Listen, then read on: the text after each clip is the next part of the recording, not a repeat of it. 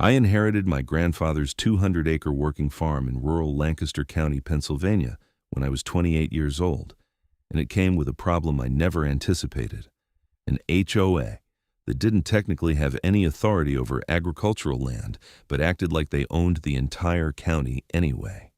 My name is Kenneth Jameson, and I'd spent the better part of my 20s working corporate finance in Philadelphia, chained to a desk, watching numbers scroll across screens while my soul slowly withered.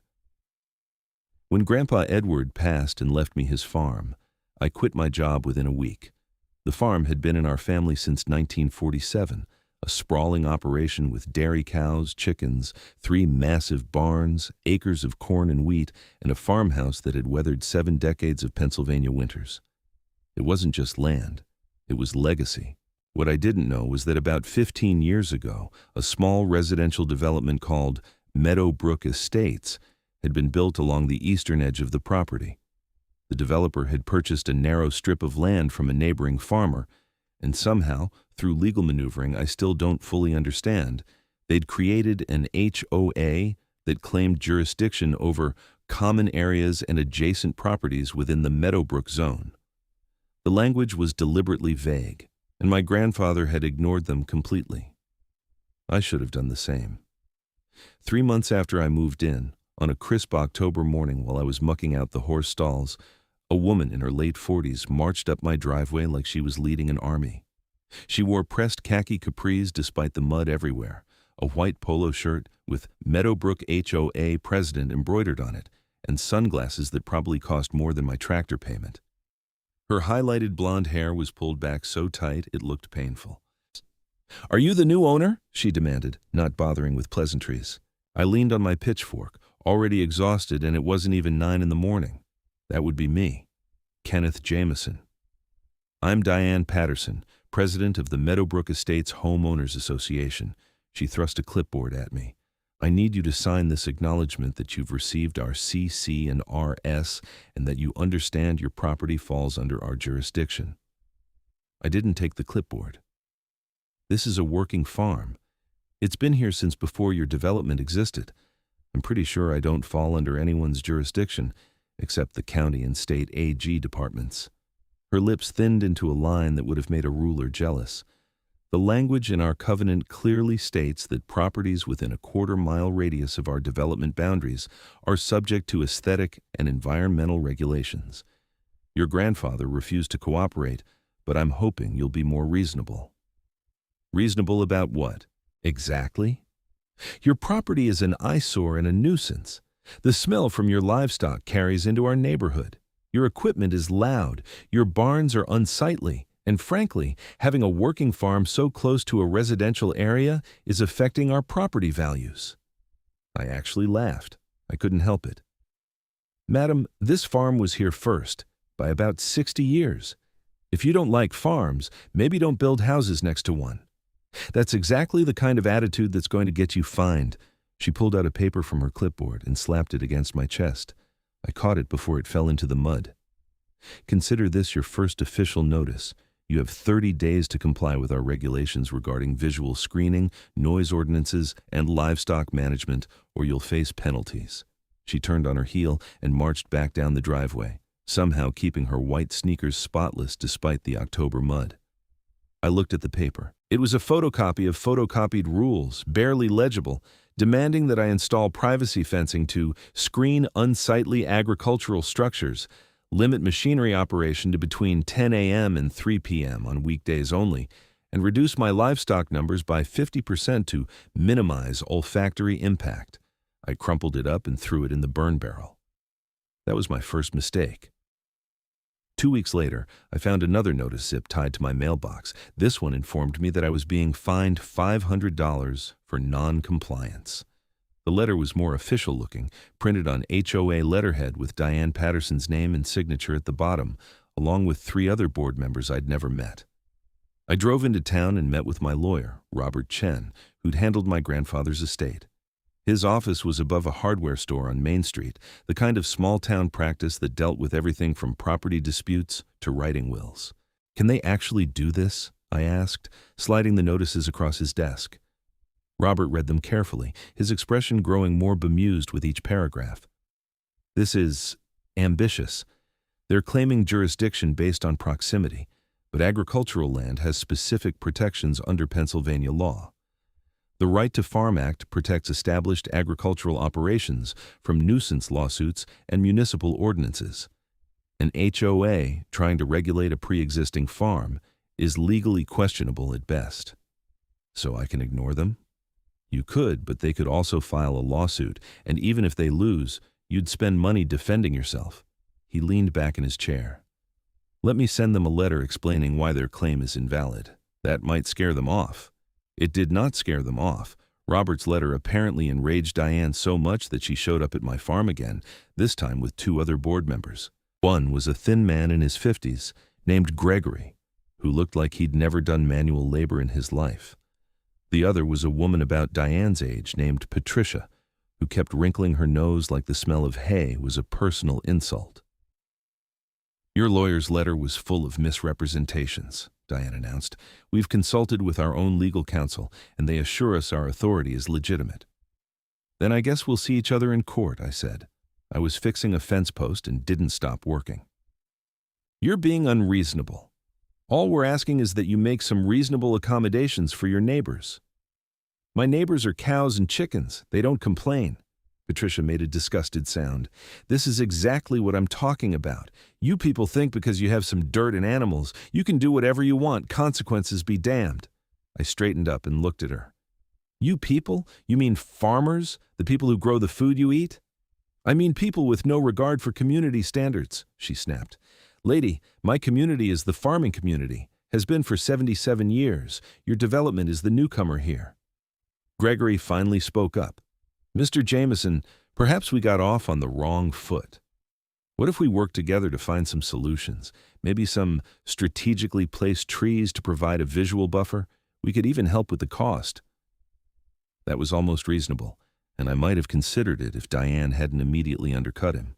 What Gregory means is that we're willing to compromise, but you need to understand that compliance isn't optional. You will follow our regulations, or the fines will continue to increase. Get off my property, I said quietly. Excuse me? I said get off my property. This is private land. You're not welcome here. And if you come back, I'll have you arrested for trespassing. Diane's face turned an impressive shade of red. You're going to regret this. They left, but true to her word, I did come to regret it, at least temporarily. The fines increased. 500 became 1,000, then 2,000. They sent certified letters every week, each one detailing new violations I'd apparently committed. My tractor was too loud. My roosters crowed too early. My manure pile was visible from the road. They cited regulations that seemed to be invented on the spot, referencing section numbers that didn't exist in the documents they had originally given me. I didn't pay a single fine. Robert warned me that they could potentially put a lien on my property, though he doubted any court would uphold it. Meanwhile, I did some research of my own into Meadowbrook Estates and its HOA. That's when I discovered something interesting. The main HOA office, which Diane ran like her personal fiefdom, was located in what they called the community center. But here's the thing. According to county property records, the community center building was actually one of my grandfather's old equipment storage barns. The developer who'd built Meadowbrook Estates had apparently worked out a deal with my grandfather to lease the barn for 99 years at a token rate of $1 per year. The lease agreement, buried in my grandfather's files, gave the development permission to convert the barn into a community space. But the lease had a clause, a very specific clause that my grandfather, who'd been a shrewd businessman despite his farmer demeanor, had insisted upon. If the lessee or any associated entity took legal action against the property owner, the lease could be terminated immediately with 30 days' notice. I sat in my kitchen at midnight, reading that clause over and over again, a slow smile spreading across my face. The HOA had been threatening me with legal action for months. Their fines were, in essence, legal penalties that would require court enforcement to collect. They'd threatened liens and lawsuits in writing. Their own certified letters were proof. I called Robert first thing in the morning. The community center building, I said. It's technically mine, and I can evict them. There was a long pause. Are you certain? I'm looking at the lease right now. It specifically states that legal action by the lessee against the lessor constitutes grounds for immediate termination. Robert actually laughed. Oh, that's beautiful. Your grandfather was a clever man. Can we do it? Absolutely. I'll draft a termination notice today. We'll send it certified mail, same as they've been doing to you. How long do we have to give them? The lease specifies 30 days. That's more than reasonable. Do it. The letter went out that afternoon.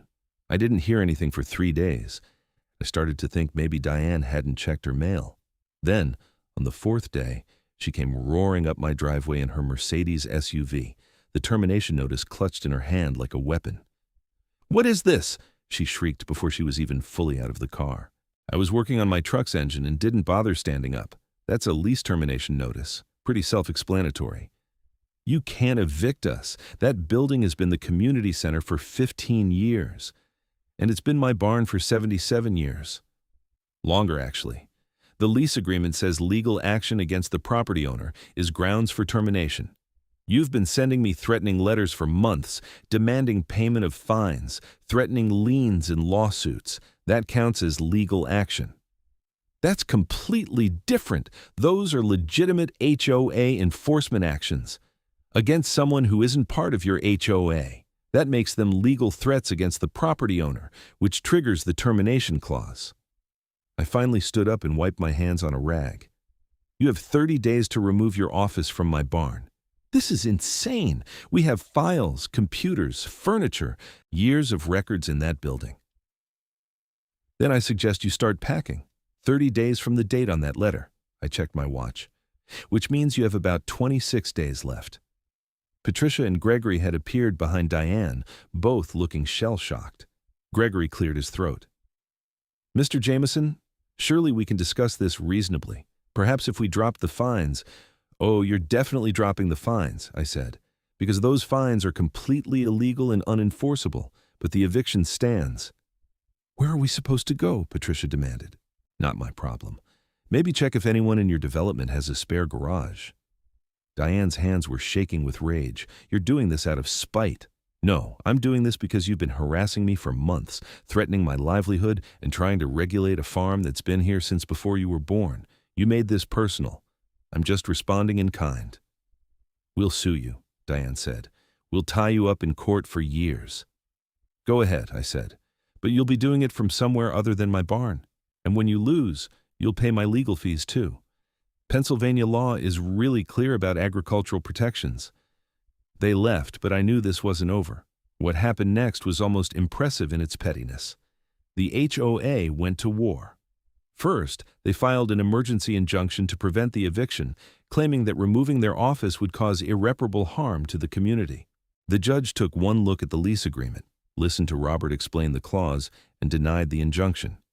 He also noted that the HOA's claims of jurisdiction over agricultural land were highly suspect and suggested they might want to reconsider their legal strategy. That should have been the end of it. Instead, Diane started calling county inspectors. Within 2 weeks, I had visits from the health department, the agricultural extension office, the building inspector, and even someone from environmental services. They were clearly hoping to find violations, anything they could use against me. The problem was, I ran a clean operation. My grandfather had taught me right, and I'd spent months after inheriting the place, making sure everything was up to code. The health inspector found my dairy operation spotless. The ag extension officer actually complimented me on my herd management. The building inspector noted a few minor issues with one of the smaller barns, but nothing that required immediate attention. Environmental services found 0 problems. Each inspector, before leaving, mentioned that they'd received an anonymous complaint. It didn't take a genius to figure out who was making calls. But Diane's campaign of harassment had an unintended consequence. It got the attention of other farmers in the area. Lancaster County has a strong agricultural community, and farmers tend to look out for each other. When word spread that an HOA was trying to regulate a working farm out of existence, I started getting visitors. Not angry HOA board members, but neighboring farmers, some of whom had known my grandfather for decades. A man named Thomas Williams, who ran a dairy operation 5 miles north, stopped by one afternoon with his son. Heard you're having some trouble with those Meadowbrook people, he said. You could say that. Same thing happened to the Martins about 3 years ago. Different development, but same story. HOA moved in next door, started complaining about the smell, the noise, tried to get them shut down. What happened? Community rallied. We all showed up at the township meeting, reminded everyone that farms have legal protections. The HOA backed down eventually, but it took months and cost the Martins a fortune in legal fees. He shook his head. These people move out to the country because they want the quaint rural aesthetic, but they don't want to deal with actual farming. Tell me about it. Well, you need anything, you let us know. The farming community's got your back. I appreciated the sentiment more than he knew. The eviction deadline approached. 26 days became 20, then 15, then 10.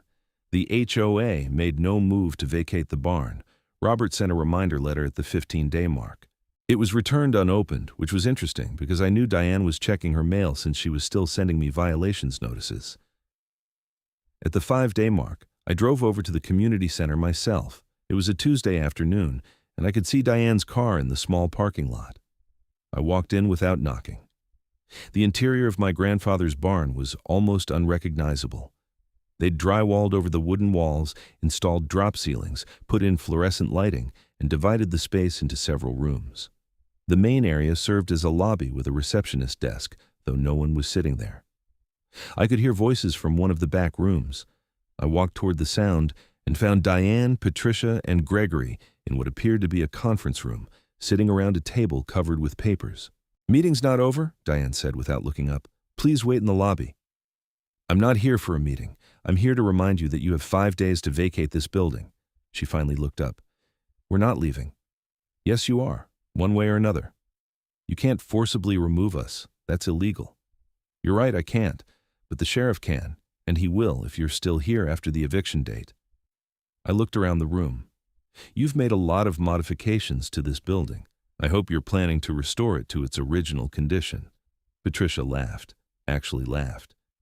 "That's not happening. If you want your precious barn back, you can pay to renovate it yourself." "The lease requires restoration upon termination," I said. "But honestly, I don't care that much. I just want you gone." "This is our office," Diane said, standing up. "We're not abandoning it because you're throwing a tantrum. We'll continue operating from this location, and if you have a problem with that, take it up with our lawyers." "Your lawyers who keep losing in court?" Her face flushed. "Get out." 5 days, I repeated, and left. I called Robert from my truck. "They're not budging." "Then we proceed with sheriff-enforced eviction. I'll file the paperwork tomorrow. Once we have the court order, the sheriff's department will physically remove them if necessary." "How long will that take?" "Usually a few weeks after the eviction date passes. The court needs to process the request, and the sheriff needs to schedule it." "So they get extra time?" "Unfortunately, yes, but eventually they'll be removed, and they'll potentially be on the hook for holding over damages since they're refusing to leave after proper notice." The eviction date came and went. The HOA remained in the barn, operating as if nothing had happened. They even sent me another fine, this one for $3,000, for what they called continued non-compliance and obstruction of HOA operations. I framed that one and hung it in my kitchen. Robert filed for sheriff-enforced eviction, and we got a court date. The hearing was in mid-December, 3 months after this whole mess had started. The courtroom was small, typical for property disputes in Lancaster County. Judge Margaret Reynolds presided, a woman in her 60s who'd been on the bench for 20 years and had a reputation for no-nonsense rulings. Diane had hired a lawyer, a slick-looking guy from Philadelphia named Marcus Webb, who clearly charged by the hour and dressed like it. Robert, in his off-the-rack suit and sensible shoes, looked like the country mouse next to Webb's city mouse, but I'd learned not to underestimate him. Webb argued that the eviction was retaliatory, that I was abusing my position as property owner to punish the HOA for legitimate enforcement actions, and that removing their office would cause severe hardship to the community. Robert's response was simple and devastating. "Your Honor, the lease agreement is clear. The lessor retains the right to terminate if legal action is taken against them. The HOA has sent my client dozens of threatening letters, assessed thousands of dollars in fines, and explicitly threatened liens and lawsuits. These are legal actions. The termination is valid. But the HOA has no other location, Webb argued. They'll be effectively homeless. That's a consequence of their decision to harass a property owner who has every legal right to operate his farm as he sees fit, Robert countered. Pennsylvania's Right to Farm Act explicitly protects agricultural operations from exactly this type of interference. The HOA chose to ignore the law and the lease agreement. My client is simply enforcing his legal rights. Judge Reynolds read through the lease agreement carefully. Then she read through the stack of violation notices the HOA had sent me. Her expression grew increasingly skeptical. Mr. Webb, explain to me how your client has jurisdiction over a working farm that predates your development by 6 decades. Webb launched into a complicated explanation involving the development's covenants and proximity regulations. Judge Reynolds let him finish, then turned to Robert. Mr. Chen, does agricultural land fall under HOA jurisdiction in Pennsylvania? Not if the farm was established first, Your Honor. The Right to Farm Act protects pre-existing agricultural operations from being regulated out of existence by municipal ordinances or private agreements they never signed. Mr. Jameson never agreed to join this HOA. His property is not part of the development. The HOA has no authority over him whatsoever. That's our understanding as well, Judge Reynolds said dryly. She looked at Diane, who was sitting behind Webb with her arms crossed. Mrs. Patterson, did your HOA seriously think it could fine a farmer for farming on his own land? Diane stood up despite Webb's attempt to stop her. Your Honor, we're simply trying to protect our property values and quality of life. The noise, the smell, the visual blight. It's a farm, Judge Reynolds interrupted. Farms make noise. Farms smell like farms. If you don't like it, you shouldn't have built houses next to one. She shuffled the papers in front of her. I'm granting the eviction order. The Meadowbrook Estates HOA has 15 days from today to vacate the property located at, she read off the barn's address. Failure to comply will result in sheriff-enforced removal, and the HOA will be responsible for all associated costs. Furthermore, I'm ordering the HOA to cease and desist all enforcement actions against Mr. Jameson's property as they lack jurisdiction. Any future harassment will be considered grounds for further legal action. Webb tried to object, but Judge Reynolds was done. This case is closed. I walked out of that courtroom feeling like I'd won the lottery. Diane caught up with me in the parking lot. Webb was nowhere to be seen, probably already heading back to Philadelphia and his billable hours. This isn't over, she said. Yes, it is. You heard the judge. We'll appeal. Go ahead, you'll lose and it'll cost you even more money. I unlocked my truck. Diane, why are you doing this? You lost. Just accept it and move on. Because people like you think you can do whatever you want. Her voice was rising, attracting attention from people walking to their cars. You hide behind your family farm and your agricultural heritage while making everyone around you miserable. I'm not making anyone miserable. I'm growing food and raising animals on land that's been doing exactly that for 77 years. You moved next to a farm and then got mad that it's a farm. That's not my problem. Our property values have dropped 15% since you took over. That's not because of me. That's because your HOA is getting a reputation for being insane. I climbed into my truck. 15 days, Diane, and then you're out. I drove away, watching her in my rearview mirror, standing in the parking lot, looking defeated for the first time since I'd met her. I should have known it wouldn't be that easy. The 15 days passed. The HOA did not vacate. Robert filed for sheriff enforcement, and we got a date, January 14th, about a month after the court order. In the meantime, something changed in Diane's approach. The violation notices stopped. The harassment calls to county inspectors ceased. For a few weeks, there was blessed silence. I didn't trust it. My instincts were right. Diane wasn't backing down. She was regrouping. In early January, residents of Meadowbrook Estates started showing up at my farm, not to complain, but to plead. They came individually and in small groups, asking me to reconsider the eviction. The HOA office is the center of our community. one woman told me.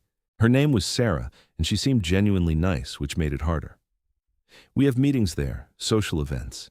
It's where we go to pay our dues and handle community business. I understand that, I said, but your HOA has been trying to destroy my livelihood for months. I can't just let that go. Most of us didn't even know about the fines until recently, another resident, an older man named Frank, said. Diane doesn't exactly run things democratically. She makes decisions and tells us about them later. That was interesting. So you're saying the board doesn't have community support? I'm saying Diane does whatever she wants, and we don't find out until it's done, Frank said. Look, I get why you're angry. If I were you, I'd probably do the same thing. But a lot of us are stuck in the middle here. We didn't ask for this fight. I felt bad for them, I really did.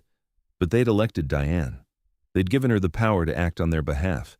I'm sorry, I told them, but the eviction stands. Maybe this is an opportunity for your community to reconsider its leadership.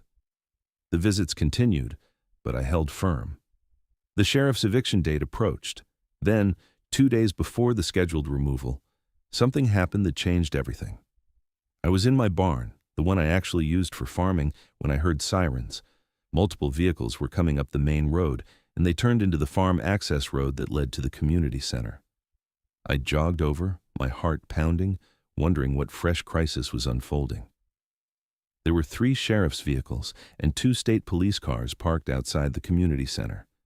Deputies were leading Diane out in handcuffs. Patricia and Gregory were being questioned separately, both looking terrified.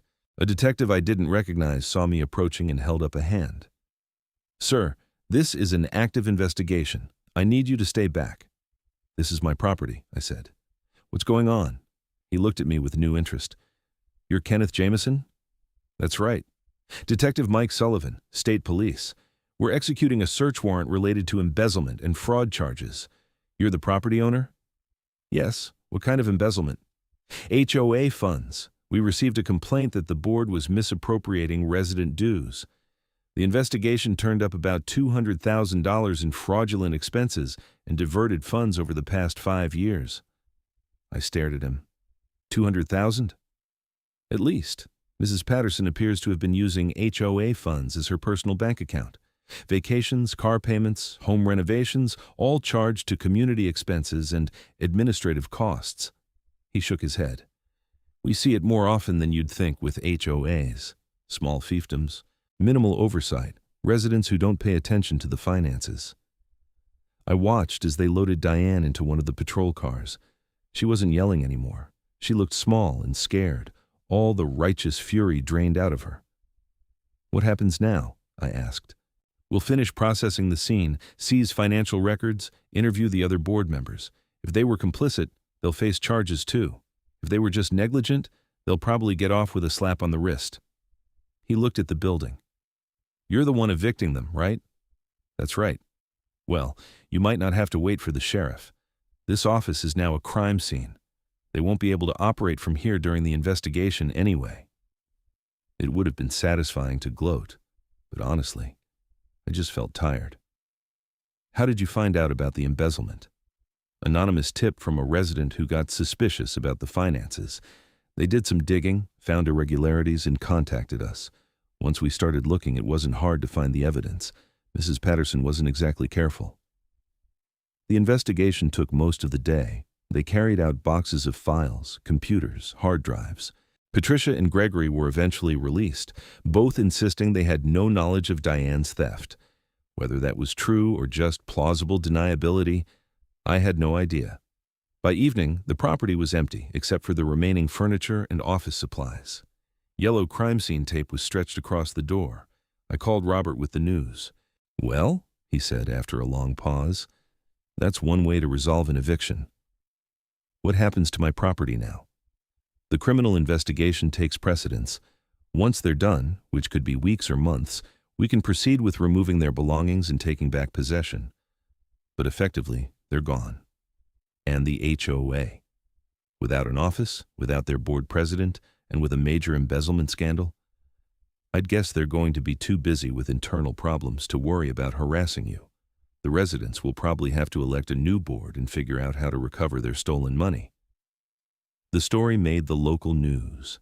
HOA president arrested for embezzlement was the headline, with my farm visible in the background of some of the footage. Reporters called asking for comments, but I declined. This wasn't my circus anymore. The Meadowbrook community imploded over the following weeks. It turned out that Diane had been even more corrupt than the initial investigation revealed. The final total was closer to $300,000 stolen over 6 years. She'd been inflating service contracts, inventing expenses, and paying herself an increasingly large administrative salary that the residents had never actually voted to approve. Patricia resigned from the board immediately, claiming she'd trusted Diane and never reviewed the finances carefully. Gregory tried to stay on but was voted out in an emergency election. The new board, led by Frank, the older gentleman who'd visited my farm, immediately dropped all actions against me and sent a formal apology letter. I appreciated the gesture, but the damage had been done. I'd spent thousands in legal fees, lost countless hours of work dealing with their harassment, and suffered months of stress. In February, after the crime scene tape came down and the investigation released the property, I had the locks changed on the barn and began the process of converting it back to agricultural use. The drywall came down, revealing the original wood walls. The drop ceiling was removed. The fluorescent lights were replaced with the kind of industrial fixtures my grandfather had used. It felt like reclaiming a piece of family history. I also filed a lawsuit against the HOA for harassment and legal fees. Robert was confident we'd win, especially given the judge's previous ruling and the subsequent criminal charges against Diane. The HOA's insurance eventually settled for $45,000, which covered my legal costs, and then some. Diane pleaded guilty to embezzlement and fraud charges in April. She was sentenced to 4 years in prison and ordered to pay full restitution, though everyone knew she'd never be able to repay $300,000. Her husband filed for divorce. Her mugshot circulated on social media as a cautionary tale about HOA tyranny. I didn't feel good about any of it. I'd wanted to win, to protect my farm, to stand up for my rights. I hadn't wanted to see someone's life completely destroyed, even if she'd brought it on herself. But life moved on. Spring came to Lancaster County the way it always does, with mud season followed by the explosion of green as everything came back to life. I plowed the fields, planted corn and soybeans, delivered calves, fixed broken fences, and did all the endless work that farming requires. The residents of Meadowbrook Estates left me alone. The new HOA board was focused on internal reforms and recovering from the scandal. They had no interest in fighting with the neighboring farm, especially after their lawyer bills from the previous fight.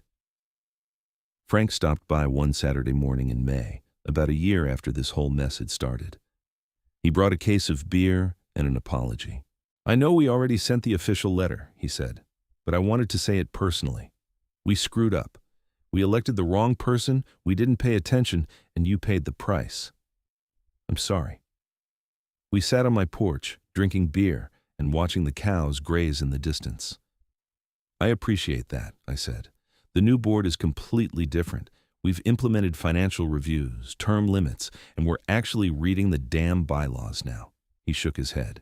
"It's amazing what happens when people actually pay attention to how their community is run." "Good leadership matters," I agreed. "We're also talking about doing something to promote better relations with the farm. Maybe a community event, a farm tour for the kids, something to help people understand that you're not the enemy. You're our neighbor and we should act like it." I'd be okay with that. We finished our beers as the sun climbed higher, warming the spring air. "For what it's worth," Frank said, "a lot of us really do appreciate having a working farm nearby. It's nice to see open space, to hear the roosters in the morning, to know where at least some of our food comes from." Diane was wrong about the property values, by the way. We had them reassessed. They're actually higher now than before the development was built, largely because of the rural setting. Really? Really. Turns out people like living near farms as long as the HOA isn't starting wars with them. After Frank left, I walked out to the barn that had caused so much trouble. It was finally looking like a barn again, cleared of office furniture and HOA detritus. I planned to use it for equipment storage, maybe some additional livestock space. My phone rang. It was Robert. Got some news, he said. Remember how we filed that complaint with the state about the HOA's fraudulent jurisdiction claims? Yeah? The Attorney General's office investigated. They found that the developer who created Meadowbrook used some very questionable legal tactics to establish the HOA's boundaries and authority. Long story short, the state is invalidating the HOA's covenant language regarding jurisdiction over adjacent properties. They're limited to the actual development now, which is what should have happened from the start. So they definitely can't bother me anymore? Not unless you build a house in their subdivision. Your farm is officially, completely, 100% outside their authority. I thanked him and hung up, feeling a weight lift that I hadn't fully realized I'd been carrying. That evening, I stood in the middle of my 200 acres as the sun set over the Pennsylvania hills. The cows were settling down for the night. The chickens were roosting. The fields stretched out in every direction, ready for the growing season. My grandfather had built this place with his own hands, working from dawn until dark for decades to create something lasting. He'd protected it against economic downturns, bad weather, changing markets, and suburban encroachment.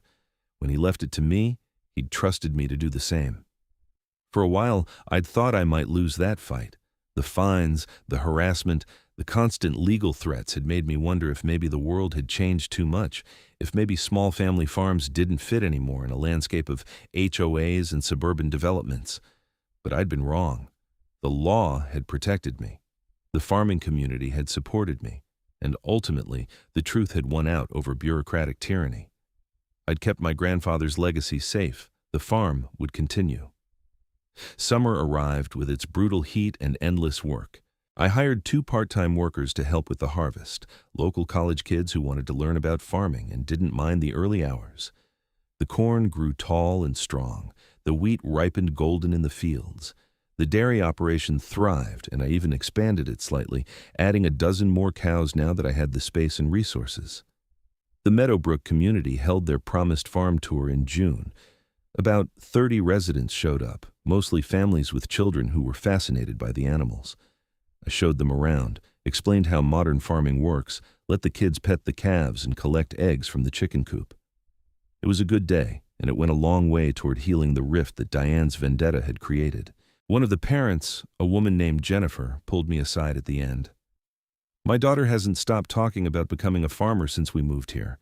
She's been checking out library books about agriculture, asking me about getting chickens. Today just made it worse, in the best way. I smiled. The world always needs more farmers. Tell her if she ever wants to learn, she can volunteer here. I can always use help. Really? Really, I learned by working on this farm every summer as a kid. That's how it's supposed to work. Jennifer's daughter, Emma, became a regular fixture on weekends, showing up in overalls and work boots, ready to muck stalls and feed animals. She was 12 years old and had more enthusiasm for farm work than seemed humanly possible. Through her, other kids from the development started visiting, and I found myself running an informal agricultural education program. It was never what I'd planned, but it felt right. My grandfather had always believed that farms weren't just businesses. They were community resources, places where people could connect with the land and understand where their food came from. In August, I got a letter from the County Agricultural Extension Office. They'd heard about my informal education program and wanted to know if I'd be interested in hosting official school field trips. They'd provide insurance coverage and help with coordination if I'd provide the space and expertise. I said yes. By September, I was hosting 2 field trips a month. Elementary school kids from all over Lancaster County came to learn about farming. I taught them about crop rotation, animal husbandry, sustainable agriculture, and the economics of running a farm. The teachers loved it because it was hands-on learning. The kids loved it because they got to hold baby chicks and ride on the tractor. The irony wasn't lost on me.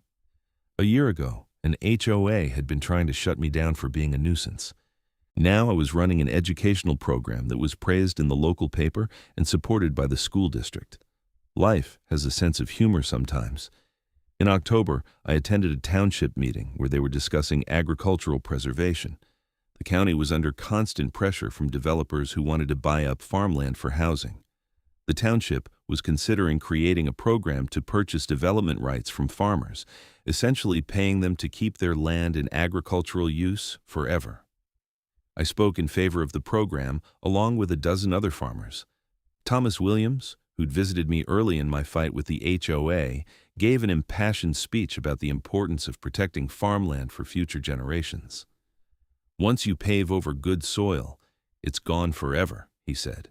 "We need to decide what we value more, another suburban development or the farms that have sustained this community for 2 centuries."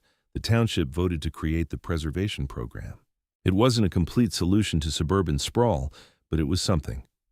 Walking out of that meeting, I felt part of something larger than my individual struggle with Diane and the HOA.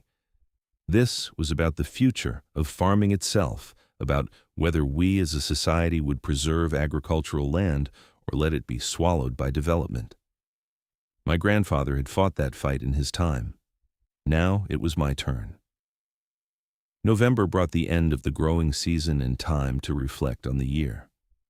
I'd brought in a successful harvest despite all the drama.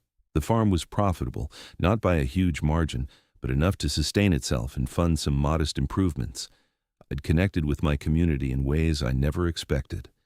And I'd learned that standing up for your rights, even when it's difficult and expensive, was worth it. I also learned that HOAs could be weapons of petty tyranny when led by the wrong people, but that communities could change and reform when residents paid attention and demanded accountability. The barn that had been the HOA office was now my equipment storage facility. Every time I walked past it, I remembered the fight, but I also remembered winning, which made the memory more sweet than bitter. In December, I received a Christmas card from Frank and several other Meadowbrook residents. Inside was a gift certificate to the farm supply store and a note that said, "Thanks for being patient with us. We're glad you're our neighbor." I put the card on my refrigerator next to the framed $3,000 fine that Diane had sent me for obstruction of HOA operations. The fine was a reminder of how absurd the situation had become. The card was a reminder that people could learn and grow. On Christmas Eve, I walked through the farm in the snow, checking on the animals and making sure everything was secure for the night. The cows were warm in their barn. The chickens were roosting peacefully. The fields lay quiet under a blanket of white, resting before the next growing season. I thought about my grandfather, about the decades he'd spent working this land, about the legacy he'd built and entrusted to me. I thought about Diane, sitting in a prison cell, her life destroyed by greed and pride. I thought about the Meadowbrook residents who'd been caught in the middle, who'd suffered because they elected the wrong leader and didn't pay attention until it was too late. Mostly, though, I thought about the future, about Emma and the other kids who were learning to love farming, about the township's preservation program, about the community connections that had grown from conflict. My grandfather used to say that farming was about faith, faith that the seeds you plant will grow, faith that the work you do today will matter tomorrow, faith that the land will sustain you if you treat it right. I'd come to understand that it was also about perseverance, about standing firm when people try to take what's yours, about fighting for what matters, even when it would be easier to give up. The HOA had tried to find my working farm out of existence. They'd harassed me, threatened me, and tried to regulate away 77 years of agricultural history. In the end, I'd evicted their office from my barn, exposed their corruption, and protected my land. But more than that, I'd proven that small family farms still had a place in modern America, that agricultural heritage still mattered, and the communities were stronger when they respected their farmers instead of trying to force them out. As I headed back to the farmhouse, my boots crunching in the fresh snow, I felt the same peace my grandfather must have felt after a day's work. The satisfaction of knowing that the farm would be here tomorrow, and the day after that, and for generations to come. The land endures, the work continues, and some fights are worth winning, no matter how difficult they become. I went inside, started a fire in the wood stove, and began planning for next year's crops. Spring would come again, as it always does, and there would be work to do. But tonight, on this quiet Christmas Eve, everything was exactly as it should be. The farm was safe, the community was healing, And somewhere, in a barn that had witnessed 77 years of agricultural history, my grandfather's legacy lived on. That was enough.